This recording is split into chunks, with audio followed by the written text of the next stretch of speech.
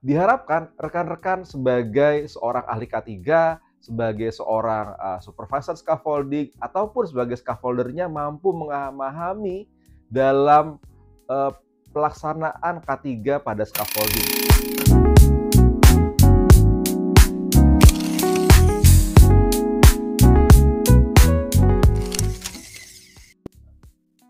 Oke, kembali lagi bersama Garuda dan Duit Safely dalam Upskill Program. Dalam materi kali ini, kita akan bahas mengenai scaffolding di tempat kerja.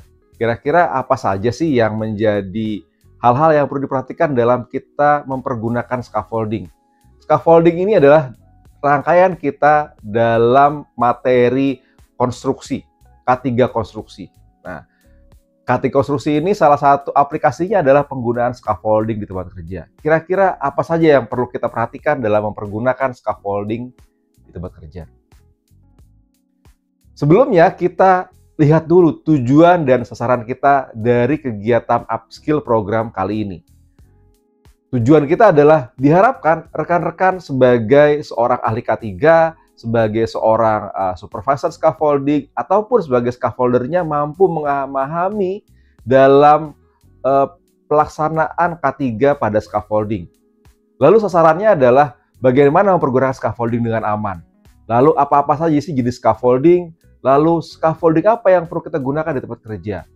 Bagaimana melakukan supervisi dan pemeriksaan, serta bagaimana melakukan pemasangan scaffolding di tempat kerja. Itu adalah tujuan dan sasaran kita di hari ini.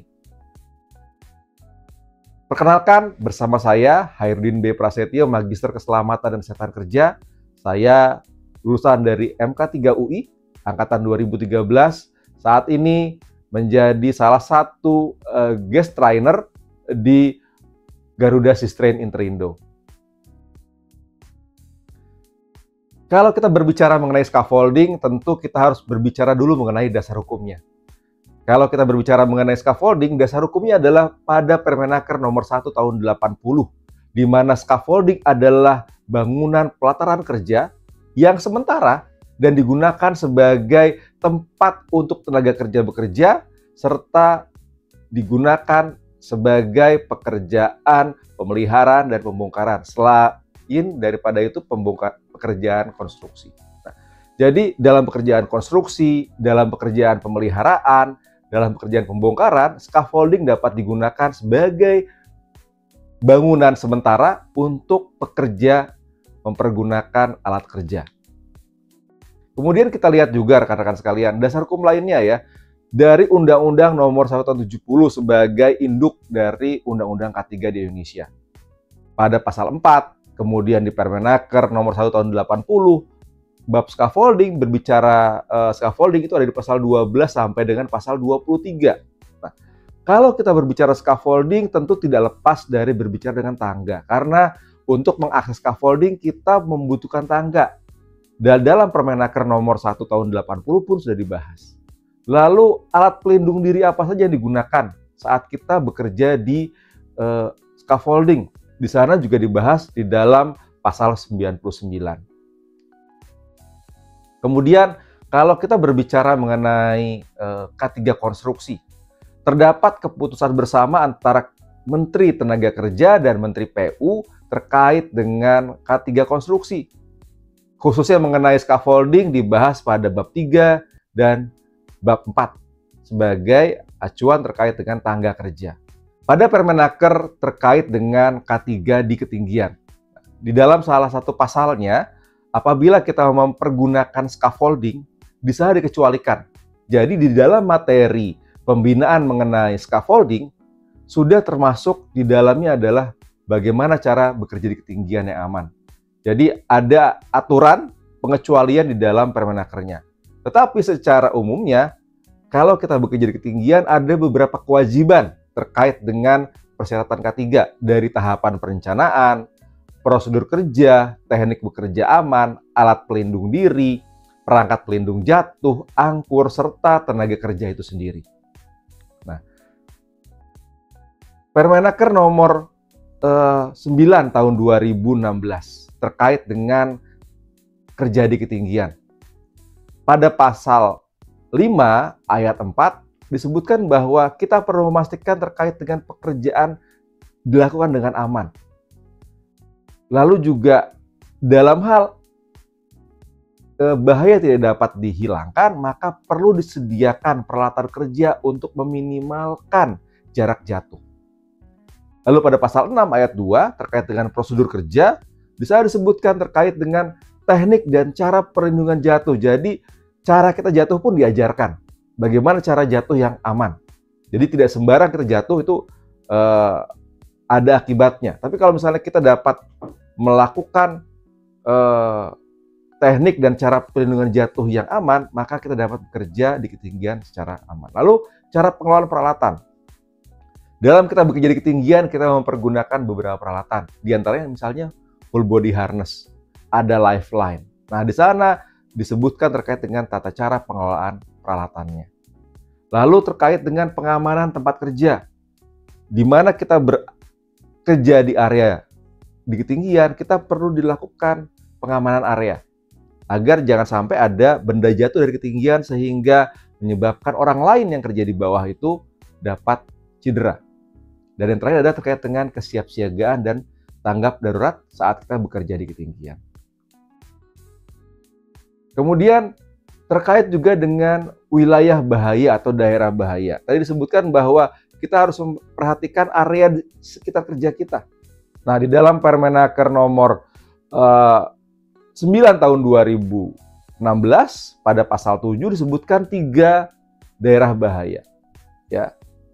Ada berbicara mengenai wilayah bahaya, ada wilayah waspada, dan ada wilayah aman. Nah, area-area ini kita tentukan untuk memastikan bahwa tidak ada orang yang dapat terluka ataupun cedera akibat area kerja kita. Area bahaya adalah di mana terdapat orang bekerja secara vertikal ataupun horizontal. Ya. Area waspada itu berada di area bahaya dan area aman. Nah, kalau area aman berarti area yang terhindar dari kemungkinan terjadinya celaka. Nah, ada di antaranya itu area atau wilayah waspada. Nah, ini yang perlu kita ketahui terkait dengan kerja di ketinggian. Kemudian kita masuk terkait dengan scaffolding. Jenis-jenisnya. Apa sih scaffolding? Tadi sudah kita bahas. Kemudian apa saja jenis-jenis scaffolding? Nah, kalau rekan-rekan sekalian pernah melihat di proyek konstruksi, di sana ada berbagai macam jenis scaffolding. Dari yang berbahan metal atau besi, ataupun berbahan kayu ataupun bambu. Nah, nanti kita akan lihat jenis-jenisnya. Sebelum kita masuk ke material dari scaffolding, kita perlu tahu jenis scaffolding berdasarkan penggunaannya yang pertama. Berdasarkan penggunaannya, scaffolding kita bagi 2. Yang pertama adalah scaffolding struktur, yang kedua scaffolding finishing. Scaffolding struktur ini digunakan untuk menopang rangka kerja, terutama kalau misalnya kita melakukan pengecoran. Ya, seringkali di lokasi konstruksi itu banyak pekerjaan pengecoran. Pengecorannya misalnya bertingkat. Nah, dibutuhkan penahan atau penopang untuk memastikan bahwa pekerjaan pengecoran kita itu dapat bekerja dengan aman. Digunakanlah scaffolding struktur sebagai penahan dari formwork kita atau bekisting kita. Lalu yang kedua, terkait dengan penggunaan scaffolding adalah scaffolding finishing. Scaffolding finishing ini adalah digunakan untuk kita bekerja saat kita melakukan pekerjaan finishing. Misalnya pemasangan plafon, pengecatan, dan lain sebagainya. Itu berdasarkan penggunaan dari scaffolding. Kemudian berdasarkan dari jenis strukturnya. Berdasarkan dari jenis strukturnya kita bagi menjadi 3. Yang pertama adalah scaffolding penopang, scaffolding gantung, dan jenis lainnya.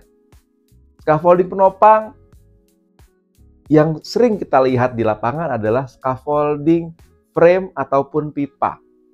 Kemudian scaffolding gantung atau hanging type scaffolding, ya, atau suspended type scaffolding. Nah, tipe ini biasanya dipergunakan untuk pekerjaan-pekerjaan finishing biasanya. Lalu yang terakhir adalah scaffolding jenis lainnya, bisa berupa mobile type, ya, ataupun jenis-jenis lainnya. Kalau kita lihat pada scaffolding struktur, nah ini kalau teman-teman lihat nih ada support pada balok. Kita akan lihat detailnya sebagai berikut. Baik, ini adalah struktur scaffolding ya yang kita gunakan untuk support di bekisting. Kalau kita lihat ini adalah bagian dari bekistingnya. Nah, bekisting ini adalah untuk kita mengecor nih. Nah, bagian sini adalah daerah pengecorannya. Ya, ini adalah pengecorannya. Ini adalah supportnya. Nah, bekisting yang kita gunakan standarnya adalah yang sering ditemukan di Indonesia ada dua. Yang pertama itu PCH atau Perth Construction Hire, dan yang kedua scaffolding frame biasa. Apabila rekan-rekan melihat di proyek konstruksi yang cukup besar, biasanya mereka akan mempergunakan PCH. PCH itu secara struktur dari scaffoldingnya dapat menopang bekisting yang jauh lebih besar dibanding yang scaffolding frame. Pada slide ini kita akan lihat dari penggunaan scaffolding Perth Construction Hire. Nah, bagian-bagiannya kita bisa lihat. Di sana ada bracingnya, di sana ada end frame-nya, di sana ada U-head. Jadi U-head-nya itu buat naruh si bekistingnya. Nah, jadi di sini cukup kompleks kalau untuk PCH, tapi secara struktur dia jauh lebih kuat daripada scaffolding frame biasa. Kemudian yang berikutnya adalah prefabricated frame. Nah, prefabricated frame ini digunakan untuk struktur-struktur besar. Biasanya untuk struktur jembatan ataupun untuk struktur jalan layang. Kemudian pada scaffolding finishing, ya scaffolding finishing digunakan untuk pekerjaan-pekerjaan finishing, misalnya untuk pengecatan, pemasangan plafon dan lain sebagainya. Lalu pada berdasarkan dengan bahan dan bentuk. Kalau kita lihat scaffolding dibagi dua berdasarkan bahannya. Ada yang dari frame, ada yang dari pipa. Nah, scaffolding PCH tadi itu boleh dibilang gabungan antara frame dan pipa. Ya, karena materialnya pipa tapi dibentuk seperti frame, cuma modified frame lah kita bilangnya. Lalu misalkan bentuknya, ada scaffolding tiang lantai plat, ada scaffolding siku penunjang, ada scaffolding kuda-kuda. Nah, ini yang sering kita lihat kalau di pekerjaan sipil rumahan nih, scaffolding kuda-kuda, atau teman-teman mungkin memahaminya atau mengenalnya dengan namanya stagger. Lalu ada scaffolding persegi, gantung, dan tumpang sudut. Nanti kita akan lihat beberapa gambar dari bentuk scaffolding berdasarkan bentuk serta dari bahannya. Kita awali dari scaffolding frame, kita akan lihat detailnya sebagai berikut. Kalau kita lihat teman-teman sekalian, di sini ada si two-board-nya, ya. Di sini ada two-board. Ini adalah two-board. Kemudian ini ada mid railingnya, ini ada top railingnya. Lalu di sini ada tangga, ya. Sini ada tangga. Kemudian di sini ada plank base-nya. Kemudian ini ada jack base-nya. Ya. Lalu kemudian di sini kalau kita lihat ada cross bracing. Requirement dari two-board ini tingginya 100 sampai dengan 150 mm. Kemudian untuk si mid railing tingginya antara 450 sampai dengan 560 mm.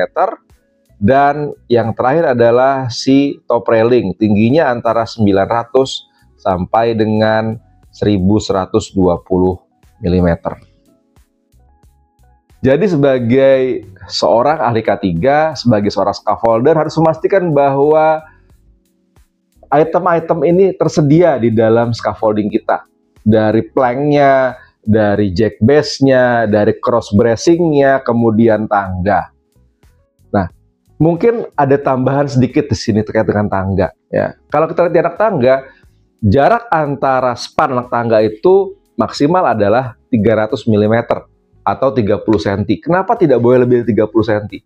Apabila kita buat span anak tangga lebih dari 30 cm, maka jarak stepnya itu dapat membahayakan si pekerja saat naik turun.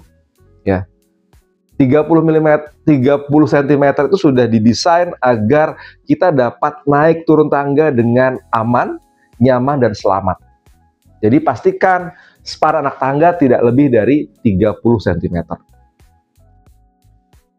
Ini adalah komponen dari scaffolding frame, ya, dari main frame-nya, kemudian yang silang itu adalah diagonal atau cross brace, kemudian ada lantai kerjanya, lalu ada sambungannya, joint pin. Nah, ini hanya satu trap ya kita bilang ya. Apabila kita mau tambah lagi, dibutuhkan si joint pin.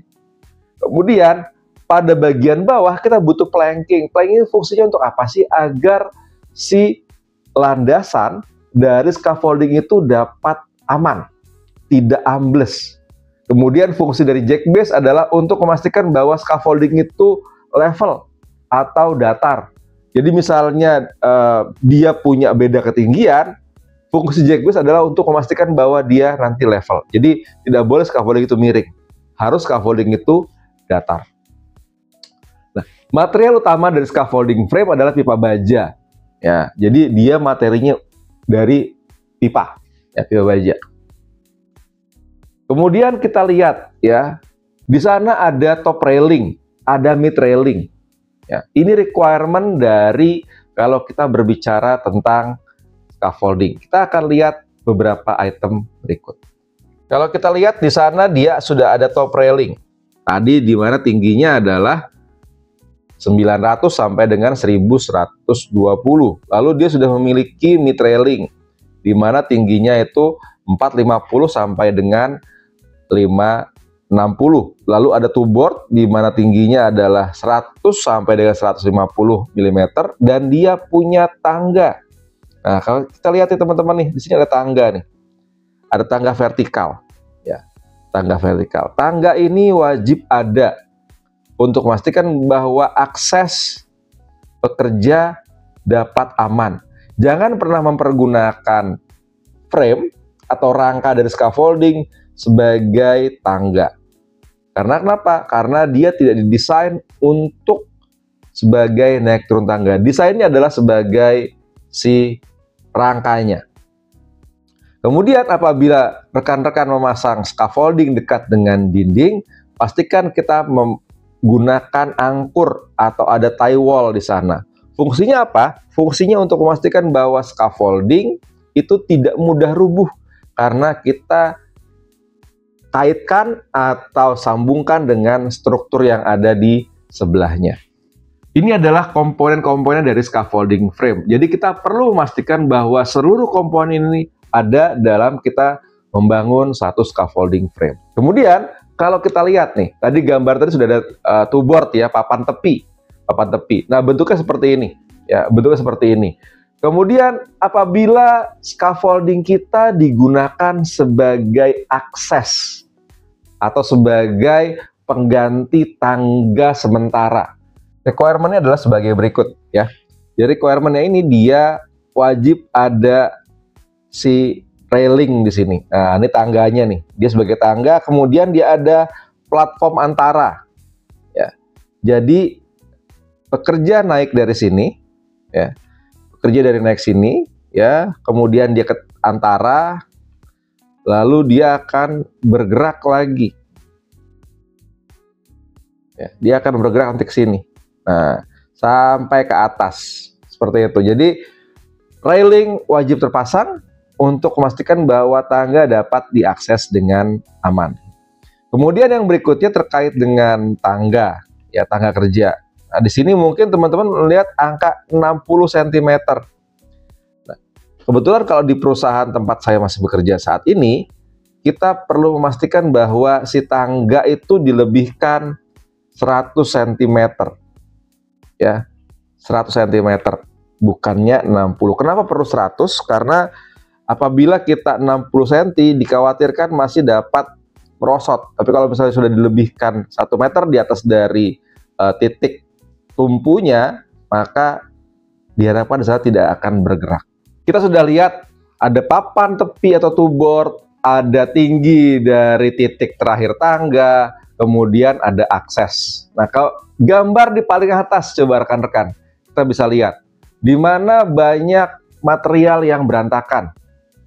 Nah, kita perlu memastikan bahwa material ini jangan sampai berantakan di atas area kerja kita. Karena apa? Dapat nanti kita tersandung ataupun materialnya akan keluar. Meskipun di sana ada si two-board sebagai penahan dari material jangan sampai jatuh dari platform scaffolding kita. Berikutnya yang kita lihat di gambar ini adalah terkait dengan tie wall atau angkur wall tadi. Ya, baik, kalau kita lihat teman-teman sekalian, di sini ada dua jenis ya. Ada maksimum vertical tie spacing-nya yang lebar dengan yang narrow.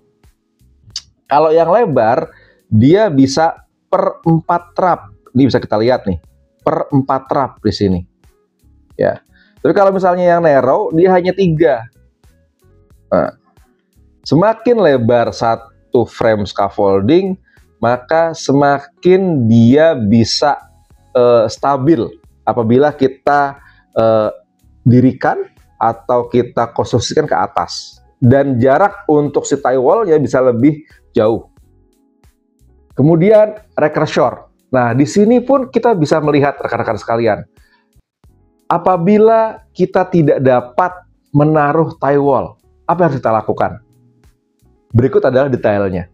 Kita lihat di sini ada recursor. Nah, di sini ada 3 frame terpasang, ya, 3 frame terpasang ke atas dengan rekursornya ditunjang ke arah bawah. Nah, di sini biasanya kalau gedungnya sudah fasad sudah jadi, sudah finishing, dan pemilik bangunan tidak mau kita memasang lagi angkur wall. Ya, jadi kita gunakan rekursor. Nah, rekursor perlu ditopang dengan horizontal tie back. Fungsinya apa?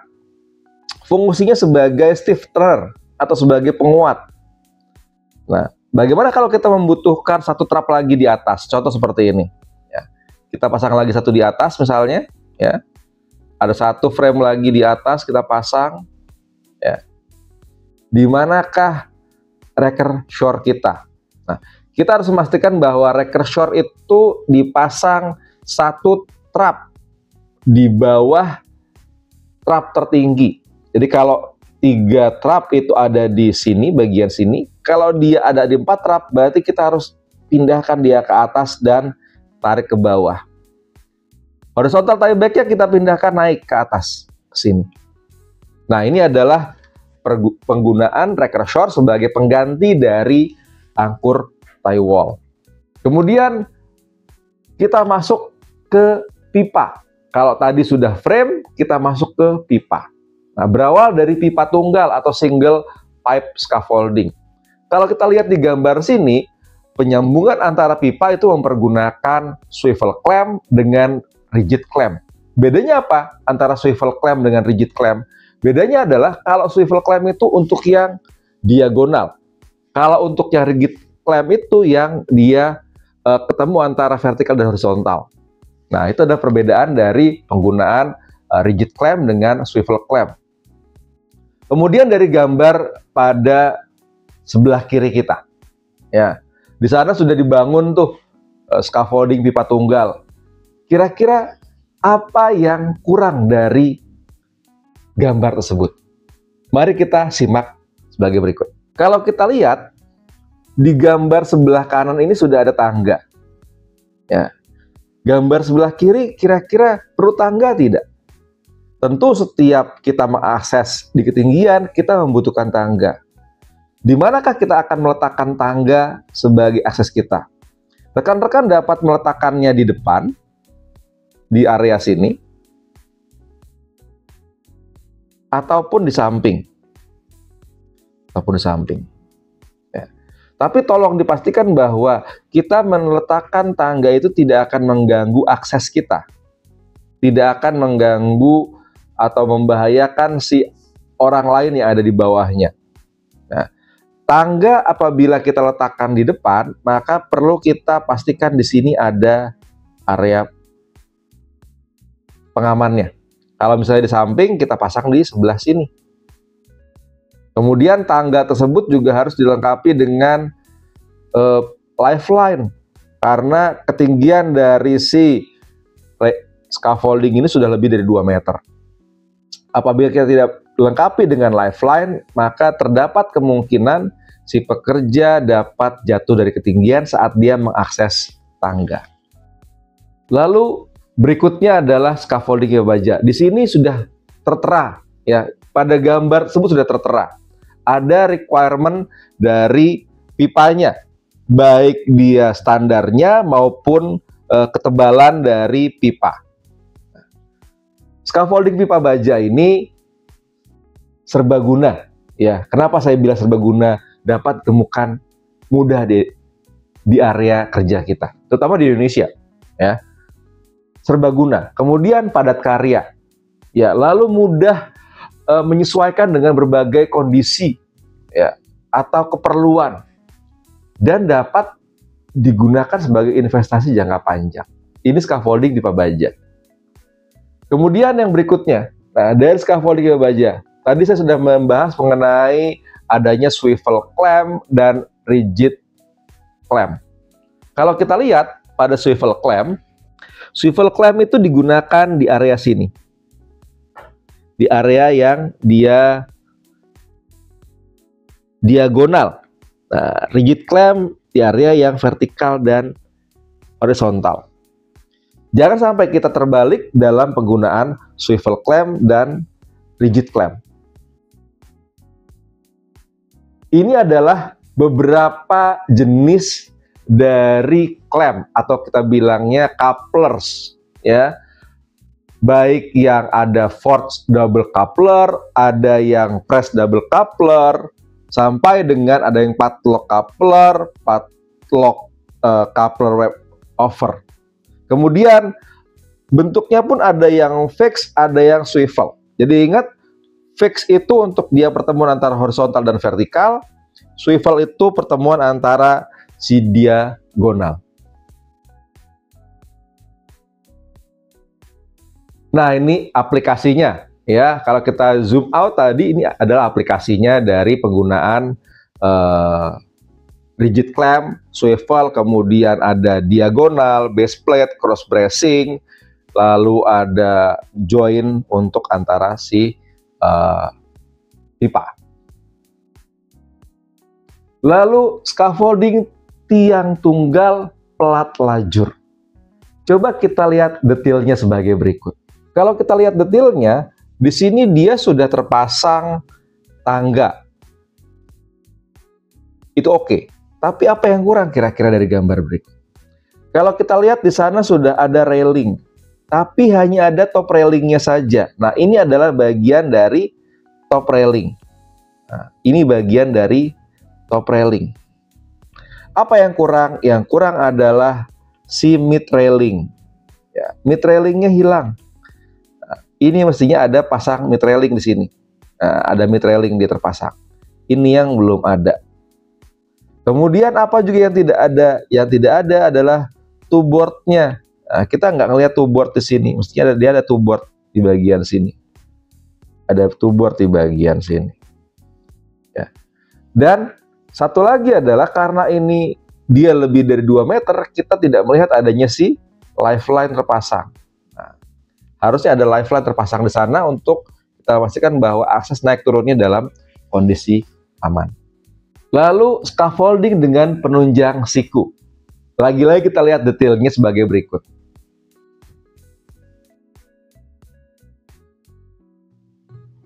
Kita lihat detailnya, kira-kira apa yang tidak ada atau apa yang hilang.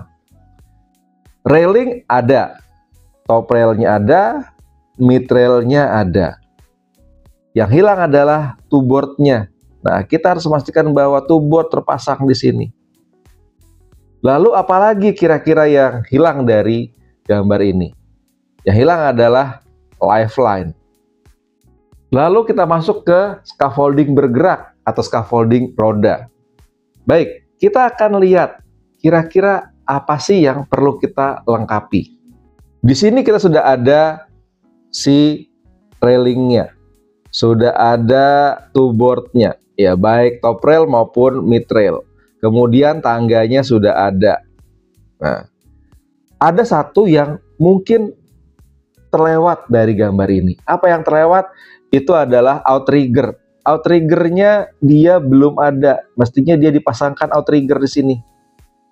Ya, di sekeliling ini dipasang outrigger. Fungsinya untuk apa? Untuk memastikan bahwa saat dia stop, saat dia berhenti, dia bisa dalam kondisi level. Ya, dalam kondisi level. Pada gambar yang di sebelah kanannya, nah, ini adalah akses tangga scaffolding yang dibuat mobile. Kalau tadi di gambar sebelumnya kita sudah lihat yang fix, kalau ini yang mobile.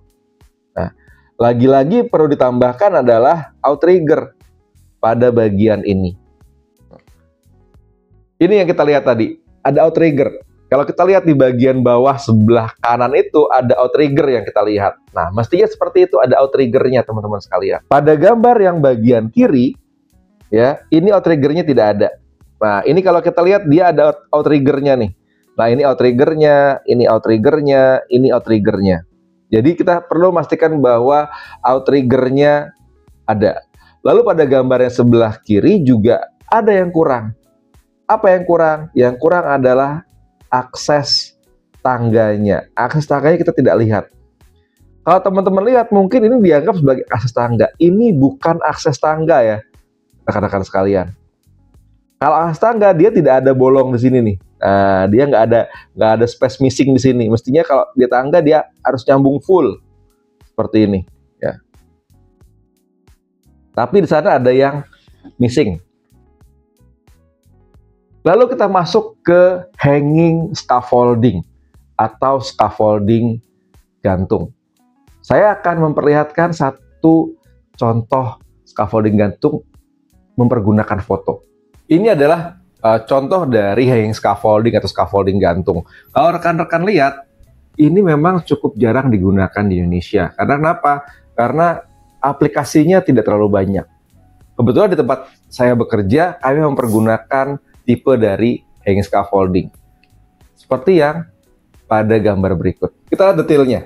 Ini adalah hanging scaffolding atau platform gantung kalau kami disebutkannya. Jadi mempergunakan scaffold pipa, scaffolding pipa. Ya, ini gambarnya. Kalau teman-teman lihat di sini pipanya nih. Ya, ini pipanya.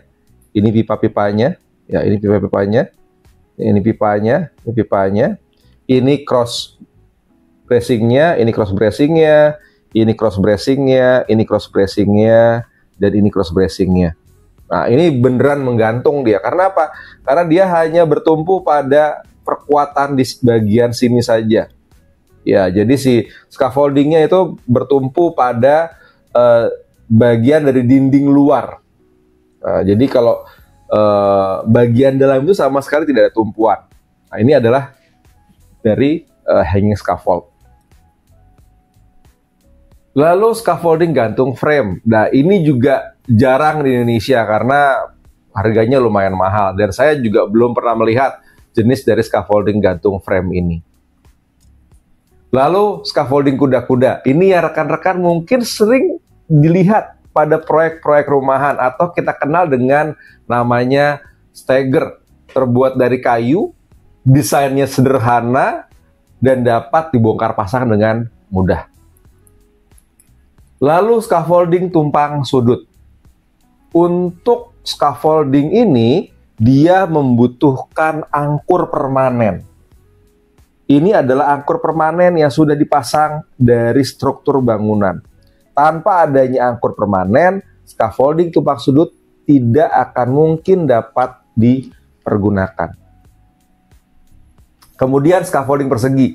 Kalau teman-teman sering pergi ke konser, biasanya scaffolding ini digunakan sebagai panggung konser. Nah, jadi biasanya di bagian bawahnya akan ditutup dengan pelapis ataupun kain ataupun penutup dari scaffold dari si konser ya, atau dari si panggung, tapi di dalamnya sebenarnya adalah sebuah scaffolding. Kemudian scaffolding bertenaga mekanis. Nah, ini bisa scaffolding berbentuk teleskopik scaffolding, bisa berbentuk yang digerakkan oleh si mekanik, jadi dia mempergunakan seperti engkol. Nah, ya seperti ini. Nah, jadi dia akan naik nanti. Nah, lalu dia ada yang teleskopik scaffolding, ini juga secara manual di engkol. Dan tentu ada outriggernya di sana, ya di sana ada outriggernya. Lalu di sini adalah scaffolding gondola. Nah, ini berbeda sedikit dengan gondola yang biasa kita lihat. Mechanical scaffolding ini untuk yang gondola, dia memang tetap mempergunakan tali baja. Tapi si gondola scaffolding ini dipergunakan untuk yang pendek atau bangunan yang lantai rendah, bukan bangunan lantai tinggi. Lalu bagaimana cara mempergunakan scaffolding dengan aman? Kita tahu bahwa penggunaan scaffolding itu dapat membahayakan bagi si pekerja ataupun orang yang berada di area sekitar kerjanya. Hal-hal yang perlu diperhatikan sebelum kita mempergunakan scaffolding adalah kita perlu memastikan bahwa berapa beban yang diterima. Kemudian berapa kapasitas yang akan kita gunakan. Scaffolding tidak boleh digunakan untuk tempat penyimpanan bahan, kecuali segera untuk dipakai. Tenaga kerja tidak boleh berada di dekat bangunan scaffolding sewaktu angin kencang, terutama ini scaffoldingnya kalau di outdoor. Lalu yang kemudian adalah scaffolding harus diberi lantai papan yang kuat dan rapat, sehingga dapat menahan secara aman tenaga kerja, peralatan, dan bahan yang digunakan. Lalu, apa saja kecelakaan yang mungkin terjadi pada saat kita mempergunakan scaffolding? Bekerja di ketinggian tentu ada resiko jatuh dari tempat tinggi. Ada material ataupun alat yang jatuh menimpa pekerja lain di bawahnya. Lalu scaffolding yang akibat dia memasangnya tidak safe, maka scaffoldingnya akan rubuh, menimpa pekerja lain di sekitarnya. Lalu saat kita mengakses naik atau turun tangga, terutama kalau misalnya scaffoldingnya tidak dilengkapi dengan tangga yang standar, kemudian terpleset akibat walking platform yang licin, ya, ataupun misalnya kelebihan beban ataupun beban terkonsentrasi menumpuk pada satu titik sehingga menyebabkan scaffolding menjadi roboh. Ini adalah beberapa gambar yang kalau kita lihat ya, di gambar bagian kiri, ya bagian kiri seorang pekerja sedang bekerja di atas scaffolding di mana dia tidak ada railingnya. Kemudian platform kerjanya tidak standar, ya. Di sana ada peralatan listrik. Bayangkan kalau misalnya si scaffoldingnya tidak di grounding. Saat dia bekerja, di mana ada kabel listrik yang terbuka sehingga menyebabkan arus listrik mengalir pada scaffolding, pekerja bisa tersetrum di sana. Pada bagian yang tengah, ya bagian tengah. Nah, ini juga seringkali kita temukan di area kerja kita. Di sana ada dua jenis scaffolding yang digunakan. Ada scaffolding frame, ada scaffolding PCH. Ya, yang di sebelah kanan yang berwarna merah itu adalah scaffolding frame. Yang cross bracingnya warna hijau, lalu yang ada safety netnya itu PCH. Kalau kita lihat penggunaannya juga tidak tepat, ya, di mana di sana tidak ada railing, tidak ada platform kerja, lalu pekerjanya tidak mempergunakan tangga saat mengakses naik turun dari scaffolding. Apa saja yang harus kita lakukan untuk memastikan tidak terjadi kecelakaan saat kita mempergunakan scaffolding? Yang pertama, platform harus terpasang pada scaffolding. dipasang dengan aman sehingga mencegah pekerja tidak jatuh, dibuat leluasa, di mana jangan sampai nanti dia berhimpit-himpitan di atas platform, serta diberi pagar pelindung di tepinya agar tidak ada risiko jatuh, dan ada two board. Untuk apa? Sebagai penahan apabila si pekerja mengenai benda ataupun material sehingga benda atau material tersebut tidak jatuh ke bawahnya. Yang kedua adalah memastikan bahwa kita mempergunakan scaffolding yang sudah diperiksa, yang sudah diverifikasi, yang sudah disupervisi, yang sudah diinspeksi oleh si inspektor ataupun supervisor scaffolding. Label aman untuk scaffolding yang dapat digunakan adalah berwarna hijau. Itu artinya scaffolding aman untuk digunakan. Apabila labelnya berwarna merah, berarti scaffolding tidak aman. Artinya scaffolding tidak boleh digunakan. Yang ketiga adalah terkait dengan pengikatan material untuk mencegah materialnya jatuh. Pastikan saat kita menempatkan material di atas scaffolding, ikat materialnya. Jangan sampai materialnya dapat terlepas. Dan nomor 4 adalah membatasi jumlah beban untuk mencegah beban atau muatan jatuh dari platform. Yang kelima, dilarang meletakkan material atau membiasakan berserakan pada struktur bangunan. Yang berikutnya, mengikat peralatan ke pinggang. Biasanya ini peralatan kerja ya, kayak misalnya dia bawa obeng, dia bawa palu, ataupun alat-alat lain untuk kerja. Pastikan dia ditaruh di tempatnya. Nah, biasanya mempergunakan alat bantu kayak tas pinggang seperti itu, agar jangan sampai berserakan dan jatuh juga. Lalu rapatkan celah papan platform agar mencegah alat atau material jatuh ke bawah. Pinggirkan peralatan kerja untuk menghindari benturan ke lantai kerja. Lalu tempat untuk menahan kaki atau base plate, ya, base plate-nya itu harus kuat agar jangan sampai amblas. Gunakan papan alas atau planking kita bilangnya untuk menjaga scaffolding, terutama apabila si tanahnya itu tidak terlalu firm. Lalu ikat scaffolding pada struktur bangunan atau kita mempergunakan tie wall atau angkur, dan sambungkan rangka scaffolding dengan satu yang lainnya mempergunakan klem. Baik itu swivel clamp ataupun dia rigid clamp. Dalam mempergunakan scaffolding yang aman, ada hal-hal yang perlu kita perhatikan. Yang pertama, kita harus memastikan bahwa material yang akan kita gunakan tidak boleh rusak. Pondasinya harus kuat dan stabil. Struktur scaffolding kuat dan stabil. Lantai kerjanya kuat dan aman. Scaffoldernya mentaati standar K3. Lingkungan kerjanya bebas dan rapi. Beban sesuai dengan kapasitas yang ditentukan. Serta ada akses untuk naik turun dengan tangga, yang mana tangganya harus kuat dan stabil. Lalu kalau kita berbicara mengenai material, tadi di depan saya sudah sampaikan ada beberapa jenis material scaffolding. Yang pertama dari pipa logam, yang kedua dari kayu. Ada pun juga yang mempergunakan bambu. Nah, dulu seringkali kita menemukan steger bambu. Selain steger kayu ya, steger bambu. Steger bambu itu digunakan untuk lantai-lantai yang lebih tinggi biasanya daripada kayu. Kenapa bambu dipergunakan? Karena bambu memiliki kekuatan yang cukup lentur. Ya, dia cukup kuat dan lentur untuk dipergunakan sebagai steger.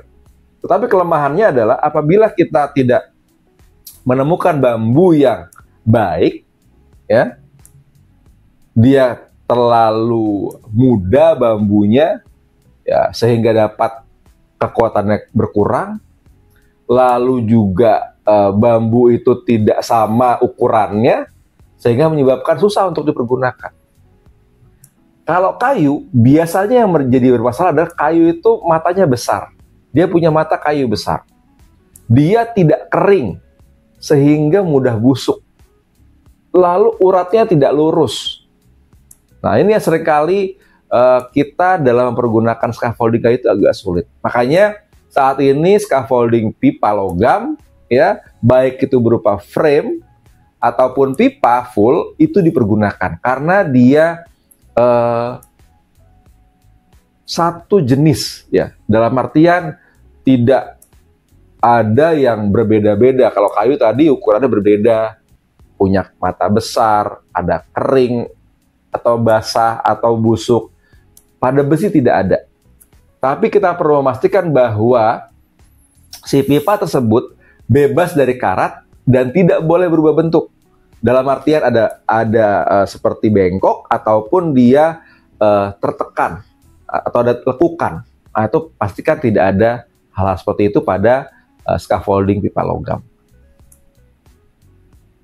Kemudian dalam kita memasang scaffolding, kita perlu memastikan bahwa pondasinya kuat. Di depan tadi ada beberapa contoh bahwa kita harus mempergunakan planking. Baru kita pasang jack base. Nah, pondasi scaffolding haruslah kuat menahan beban, berada pada permukaan yang rata, cukup keras dan stabil. Kenapa dia perlu rata? Ya, agar jangan sampai si strukturnya nanti goyang. Nah, kita perlu mempergunakan base plate untuk mencegah pergeseran. Jadi permukaannya datar, lalu apabila tanahnya itu cukup lembab, kita perlu padatkan. Apabila tanahnya gembur, kita gali dulu. Ya, kita gali dulu, lalu ganti dengan batu pecah, padatkan, baru pasang si plankingnya. Ya. Tetapi apabila tanahnya memang seperti tanah gambut misalnya, pasang pondasi langsung atau pondasi tempatan. Bisa berupa misalnya balok kayu kita tancapkan, baru kita pasang nanti plankingnya. Ya, ini adalah penggunaan dari pondasi pada scaffolding. Konstruksi pada scaffolding, ya, komponen utama dari scaffolding terdiri dari batang vertikal, ya, yang tadi yang vertikal, kemudian yang membujur atau horizontal, kemudian ada yang melintang atau yang diagonal, lalu palang penguat. Nah, untuk menyatukannya diperlukan penyambung atau pengunci, ya, sambungan antara si scaffolding itu join, ya, atau kalau misalnya kita mempergunakan scaffolding bambu atau stagger bambu, kita pakai tali pengikat, ya, jangan pakai bendrat atau kawat besi, jangan, tapi pastikan kita pakai tali tali rami, ya, kita pergunakan. Kemudian pengikat ataupun penahan, baik klem, ya, swivel klem, rigid klem ataupun ties. Nah, lalu pada lantai kerja, ya, papan atau plat besi pada lantai kerja harus kuat, menahan pekerja agar jangan sampai dia jatuh dari platformnya. Kemudian kita pasang pagar pengaman seperti pada gambar yang ada di slide ini, ya. Ada railing, ya. Kemudian juga di sana disediakan lantai kerja. Meskipun tetap ada yang kurang. Apa yang kurang di sana? Yang kurang adalah tidak ada two-board. Lalu kalau kita berbicara mengenai scaffoldernya, ya, atau pekerjanya, kita bagi dua, antara yang memasang atau erektor scaffolding dengan supervisi atau inspektor scaffolding. Scaffolder atau installer scaffolding atau erektor scaffolding itu dia perlu memenuhi dan menaati syarat-syarat K3 scaffolding, ya. Dari tahapan pemasangan dari bawah sampai dengan nanti atas. Dia perlu mempergunakan alat pelindung diri yang memadai dan memastikan bahwa alat pelindung diri yang dia gunakan berfungsi sebagaimana standarnya. Lalu sebagai supervisor atau inspektor scaffolding, dia harus memastikan bahwa scaffolding yang sudah diinstalasi, scaffolding yang sudah diereksi oleh si pekerja, oleh scaffolder atau erektor tadi itu berfungsi dengan baik. Ya, misalnya si swivel clamp-nya sudah dikunci, rigid clamp-nya sudah dikunci, lalu railing terpasang, two-board terpasang, tangga terpasang, plankingnya aman. Itu yang harus dicek oleh si inspektor scaffolder. Nah, lingkungan kerja dari area kerja scaffolding ini yang perlu kita periksa juga. Kita perlu memasang pagar keliling agar tidak ada orang yang berkepentingan masuk ke area kerja kita. Bayangkan kalau misalnya kita tidak kasih pagar, maka ada orang-orang yang berlalu lalang di area kerja kita. Apabila ada benda jatuh dari atas scaffolding, kemudian menimpa mereka, apa yang terjadi? Ya. Akan sangat berbahaya bagi pekerja yang lewat. Lalu disediakan akses yang aman untuk lalu lintas, alat dan material, serta orang. Jadi perlu kita pasang overhead protection sebagai akses aman pada saat mereka melintasi bagian bawah scaffolding. Lalu pada scaffolding dengan tinggi 5 meter perlu dipasang jaring pengaman atau protective net. Perlu juga dipasang perisai pengaman ataupun protective shield. Nah, perisai pengaman ini dipasang dengan sudut 20-30 derajat. Jalan keluar masuk bagi pekerja harus cukup lebar dan tidak licin. Kemudian terkait dengan penyimpanan material, pastikan penyimpanan secara memadai, ya. Jadi jangan sampai berantakan, pastikan 5R-nya terjaga. Tempat kerja harus jaga kerapihannya dan kebersihannya, ya. Jadi jangan sampai nanti material sisa dari misalnya scaffolding itu kita buang sembarangan. Pastikan ada temporary tempat penyimpanan material atau pembuangan material bekas. Kemudian scaffolding didirikan pada area atau landasan yang kuat. Sebagaimana tadi kita sampaikan, kalau memang kita perlu gali tanahnya, kita gali tanahnya. Nah, ini adalah contoh dari protective net, pemasangan protective net dan pemasangan protective shield. Ya. Jadi protective shield ini dibutuhkan apabila kita ada kerja di atasnya dan ada kemungkinan orang nanti berlalu lalang di bawahnya. Jadi pasanglah protective shield dan protective net. Kalau kita lihat sudutnya di sana adalah 20 derajat. Dan berapa lebar dari protective shield? Itu minimal 2 meter. Ya. Jadi asumsi 2 meter adalah apabila ada benda jatuh maka dia akan tertahan pada protective shield tersebut. Itu materi kita hari ini terkait dengan scaffolding. Semoga dapat membuka wawasan rekan-rekan sekalian terkait dengan pekerjaan di bidang konstruksi. Salam dari kami, Garuda dan Do It Safely. Terima kasih.